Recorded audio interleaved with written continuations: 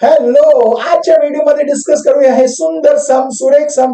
हे खूपच ब्युटिफुल सम आहे. चला बघूया काय का असं सांगितलं मी तुम्हाला कळेल आणि तुम्हाला स्वतःहून हे सम येणार. खरं सांगतोय येणार. चला बघूया. आता फिगर दिलाय आणि काय इन्फॉर्मेशन दिलंय बघून घेऊया. काय इन्फॉर्मेशन दिलंय इकडे काय सांगितलं, bisectors of angle B and angle C of triangle ABC intersect each other at point X. बघा बायसेक्टर दिलंय, अँगल बी चं बायसेक्टर, अँगल सी चं बायसेक्टर, ते एकमेकांना इंटरसेक्ट करतात पॉइंट एक्स हे दिलंय आपल्याला. नंतर सांगितलंय रे एक्स जे आहे ते इंटरसेक्ट करते बीसी ला ऍट पॉइंट वाय. ओके, आणि तुम्हाला काय इन्फॉर्मेशन दिलंय, ए बी चं लेंथ दिलंय 5, एसी चं लेंथ दिलंय 4 आणि बीसी चं लेंथ दिलंय 6. मार्क करूया 5 4 आणि हे काय दिलंय 6. Very good. आणि हे इन्फॉर्मेशन यूज करून आपल्याला एक्स अपॉन एक्स वाय चं व्हॅल्यू फाइंड करायचं, म्हणजे रेशो ऑफ एक्स आणि एक्स वाय हे आपल्याला याचं व्हॅल्यू फाइंड करायचं. एक्स अपॉन एक्स वाय इकडे आहे ना. ओके, या रेशोचं व्हॅल्यू फाइंड करायचं. आता हे कसं येणार, तुम्ही बोलला ना आत्ता तर आपण बघितलं. ओके, अँगल बायसेक्टर आहे इकडे. अरे अँगल बायसेक्टर पण कोणत्या त्रिकोणामध्ये? आता बायसेक्टर आहे अँगल बीचा आणि ते बायसेक्टर इंटरसेक्ट कशाला करते? ए वाय ला इंटरसेक्ट करते ऍट पॉइंट एक्स. म्हणजे ए वाय ज्या ट्रायंगल मध्ये येणार ते ट्रायंगल घ्यायचं. Very good, important. म्हणजे आपण घेणार आहोत triangle A B Y. Very good, हे समजायचं होतं. आणि या ट्रायंगल मध्ये आपल्याकडे अँगल बायसेक्टर आहे आणि आपल्याला रेशोज पाहिजे, म्हणजे आपण काय यूज करणार? व्हेरी गुड, काय ते angle bisector property of a triangle. आता आपल्याला एक्स अपॉन एक्स वाय मिळणार आहे ना. Very good. तर प्रेझेंटेशन लिहा, म्हणजे सुरुवात कशी करायची आपल्याला समजलंय. In triangle A B Y आपण लिहिणार ray B X bisects angle A B Y. त्यामुळे आपल्याला रेशोज इक्वल मिळणार आहेत. एक्स अपॉन एक्स वाय पाहिजे, म्हणजे आपण काय लिहिणार आहोत पहिल्यांदा ए बी अपॉन बी वाय. तर लिहा ए बी अपॉन बी वाय. हे जे रेशो आहे कशाला इक्वल आहे? A X upon x Y ला इक्वल आहे. आणि याचं रिझन आपल्याला माहिती आहे, angle bisector property of a triangle. आणि हे झालं आपलं रिझल्ट नंबर 1. Very good. तर हे लिहिलं का लिहिलं ते समजलं ना. मी म्हंटलंय म्हणून लिहायचं नाही. ओके, पण तुम्ही बोलणार आपल्याला अजून एक अँगल बायसेक्टर दिलंय आणि ते जे बायसेक्टर ते पण ए वाय ला इंटरसेक्ट करते ऍट पॉइंट एक्स. त्याच्याने पण आपल्याला एक्स अपॉन एक्स वाय मिळणार आहे. जर आपण हे ट्रायंगल घेतोय या त्रिकोणामध्ये घेतलं तर कोणतं? ए सी वाय मध्ये, त्याच्याने पण एक्स अपॉन एक्स वाय मिळणार. चला ते पण लिहा. म्हणजे आपण काय लिहिणार? In triangle A C Y ray C X bisects angle A C Y given आहे. त्यामुळे आपल्याला रेशो काय मिळणार आहे? A X upon x Y आणि A C upon C Y. Very good, लिहा ते A C upon C Y is equal to A X upon x Y. हे रेशोज एकमेकांना इक्वल आहे आणि हे असणार आपलं रिझल्ट नंबर 2. आणि याचं रिझन आपल्याला माहित आहे, angle bisector property of a triangle. Okay, आता बघा इकडे जो स्टेटमेंट आहे ना त्याला बघा ना. तुम्ही सांगा दोन्ही स्टेटमेंट मध्ये राईट हँड साइड सेम आहे. राईट हँड साइड सेम आहे म्हणजे लेफ्ट हँड साइड सेम असणारच. म्हणजे दोघांचं जे लेफ्ट हँड साइड आहे त्याला इक्वेट करूया. म्हणजे आपण काय लिहिणार? A B upon B Y equal to A C upon C Y. हे रिझल्ट हे दोन्ही जे लेफ्ट हँड साइड आहे त्याला आपण इक्वल झालं ना. बरोबर आहे. रिझन काय? From 1 and 2. पण आपल्याला इकडे पाहिजे काय? X upon x Y. आणि एक्स अपॉन एक्स वाय इकडे होतं ना. पण आपण जर हे दोन लिहिलंय, फक्त हे दोन्ही रेशोज लिहिले, तर एक्स अपॉन एक्स वाय कुठे गेलं? ते तर पाहिजे आपल्याला. ते लिहू शकतो का? लिहू शकतो ना.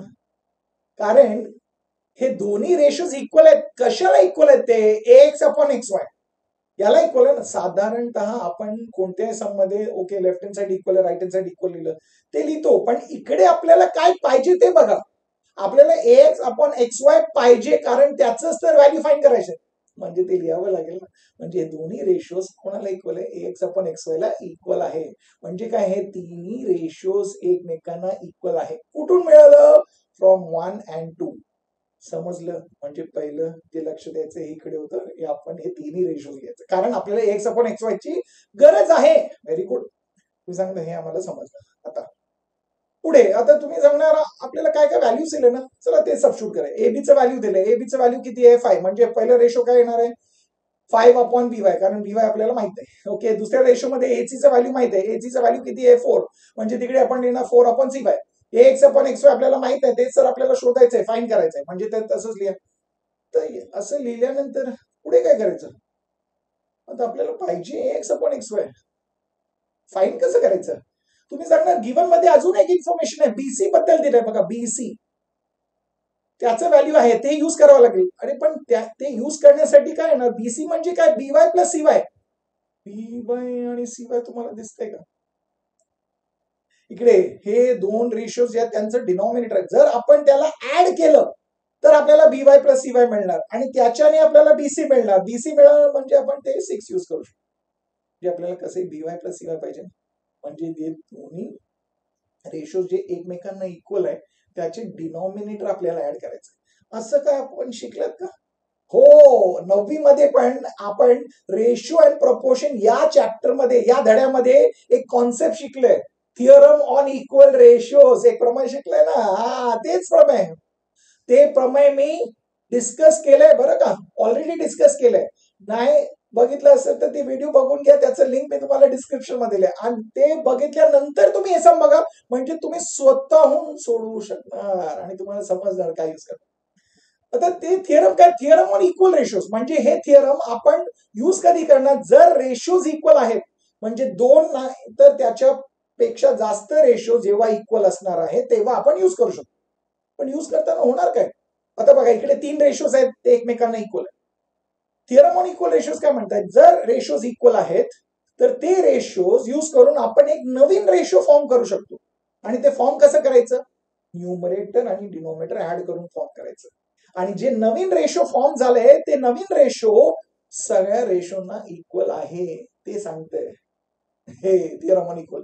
तुम्ही सांगणार आपल्याला तर बीवाय आणि सीवाय ऍड करायचंय, म्हणजे आपण हे दोन रेशो यूज करून एक नवीन रेशो फॉर्म करूया, म्हणजे दोघांचं न्यूमरेटर दोघांचं डिनॉमिनेटर ऍड करूया. चला, म्हणजे काय येणार, 5 + 4 अपॉन बीवाय प्लस सीवाय. पण हे कशामुळे, by theorem on equal ratio, म्हणजे लिहायचं तिकडे. ओके, काय येणार, 5 + 4 अपॉन डिनॉमिनेटरला बीवाय प्लस सीवाय. हे नवीन रेशो आहे. हे नवीन रेशो कशाला इक्वल आहे, तिघांना इक्वल आहे. पण आपल्याला कशाचं व्हॅल्यू पाहिजे, एक्स अपॉन एक्स. म्हणजे आपण याला लिहू शकतो का इक्वल, आहे ना ते इक्वल. व्हेरी गुड, लिहा. हे कशामुळे आलं, रिझन इम्पॉर्टंट आहे, by theorem on equal ratios. आता पुढे सॉल्व्ह करा. आता तुम्ही सांगणार 5 + 4 म्हणजे किती, 9 लिहा तिकडे. बीवाय प्लस सीवाय म्हणजे बीसी, तिकडे बीसी लिहिलं म्हणजे आपल्याला रिझन लिहावं लागलं, बी डॅश वाय डॅश सी ते लिहायचं. आणि एक्स अपॉन एक्स वाय तर तसंच लिहा, रिझन लिहा तिकडे, बी डॅश वाय डॅश सी. आता बीसीचं व्हॅल्यू आपल्याला माहित आहे किती आहे, 6. सबस्टिट्यूट करा, 9/6 is equal to x upon x y. म्हणजे आपल्याला एक्स अपॉन एक्स वाय चं व्हॅल्यू आलं आहे, तेच आपल्याला शोधायचं होतं. तुम्ही सांगितलं शोधून काढलं. अरे पण याला आपण रेड्यूस करू शकतो का, रेड्यूस करू शकतो. दोन्ही जे आहे 3च्या टेबल मध्ये जाते, म्हणजे 3 2 जा 3 3 जा, म्हणजे रेशो काय आलाय 3/2. म्हणजे आपण फायनल आन्सर काय लिहिणार, x upon x y is equal to 3/2. तर मला सांगा, सम आवडले की नाही, चांगलं होतं की नाही, सोल्युशन आलंय. समजायला हे हवं होतं की आपण इकडे थिअरम ऑन इक्वल रेशियोज का यूज करतो, ते समजलं का, ते इम्पॉर्टंट. आणि त्याच्यासाठी ते व्हिडिओ बघून घ्या, ते महत्वाचं आहे. ते समजून घ्या थिअरम आणि नंतर हे सम बघा, म्हणजे तुम्हाला कळेल. आणि त्यात सांगितलं लिंक मी तुम्हाला डिस्क्रिप्शन मध्ये दिलंय. आता आवडलंय म्हणजे व्हिडिओला लाईक करा.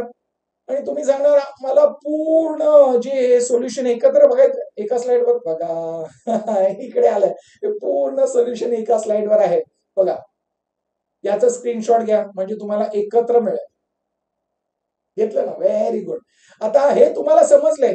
आता हे जी पद्धत आहे, आपण जसं शिकतोय, अप्रोच जे आहे ते समजतंय ना तुम्हाला, आणि आवडतंय, आणि याच्याने फायदा पण होतोय, तुमचा फायदा होतोय. तुम्हाला वाटतंय ना तुमचे जे खास मित्र आहेत, खास फ्रेंड्स आहेत, त्यांचा पण फायदा झाला पाहिजे, म्हणजे त्यांच्याशी शेअर करा आणि चॅनललाही सबस्क्राईब करा. आणि मी तुम्हाला भेटणार आहे पुढच्या व्हिडिओमध्ये अजून एक इंटरेस्टिंग सम सकट. तोपर्यंत शिकत राहा, स्माइल करत राहा, शेअर करत राहा.